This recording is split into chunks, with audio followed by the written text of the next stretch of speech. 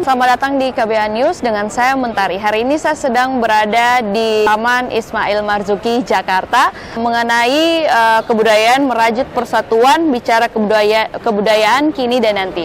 Pada saat ini ada kedatangan tamu dari Bapak Anies Rashid Baswedan. Bisa dilihat dari keadaan belakang saya, ramai sekali pengunjung dari acara tersebut dan media itu sangat antusias dengan beberapa tema mengenai bagaimana cara kita mengembangkan budaya di Indonesia khususnya, terutama untuk para milenial untuk tertarik lebih dalam dengan kebudayaan, khususnya buat para praktisi untuk kebudayaan. Selanjutnya simak liputan berikut ini.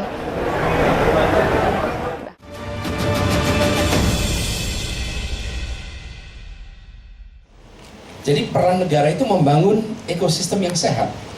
Ide-ide gagasan bukan dari negara, ide dan gagasan dari para pelaku. Bakal calon presiden dari Koalisi Perubahan untuk Persatuan, Anies Rashid Baswedan kembali menegaskan tentang melemahnya demokrasi di Indonesia. Hal ini terjadi ketika kritik dibungkam oleh penguasa, terutama lewat pemberlakuan Undang-Undang Informasi dan Transaksi Elektronik atau Undang-Undang Nomor 11 Tahun 2008. Demikian ditegaskan oleh mantan Gubernur DKI Jakarta dan mantan Mendikbud ini ketika menjadi narasumber dalam talkshow bertajuk Kebudayaan Kini dan Nanti yang digelar di Teater Ronggur Sihombing, Kompleks Taman Ismail Marzuki di kawasan Cikini, Jakarta Pusat, Kamis tanggal 24 Agustus tahun 2023. Kritik itu tidak perlu dipandang sebagai kegiatan kriminal. Kritik itu harus dipandang sebagai kegiatan pembelajaran. Pembelajaran bagi siapa? Bagi yang dikritik. Supaya apa? Supaya dia memberikan argumen balik. Dan argumen balik itu akan mencerdaskan yang menonton. Jadi saya dikritik, gak usah marah, jika jawab aja kritiknya. Dan pada saat saya menjawab kritik, biarkan publik menilai lebih masuk akal mana, yang mengkritik atau yang menjawabkan jawaban. Selesai. Nah, syaratnya saya ketika menyusun kebijakan harus pakai akal sehat. Syaratnya saya harus menggunakan data. Syaratnya saya ada basis sainsnya, ada kepentingan publiknya, maka dengan mudah itu dijelaskan. Tapi kalau itu tidak ada, dikritik, maka menjadi terganggu. Tapi lebih jauh lagi, menurut saya pasal-pasal karet ini harus direvisi, karena itu akan membungkam kebebasan berekspresi.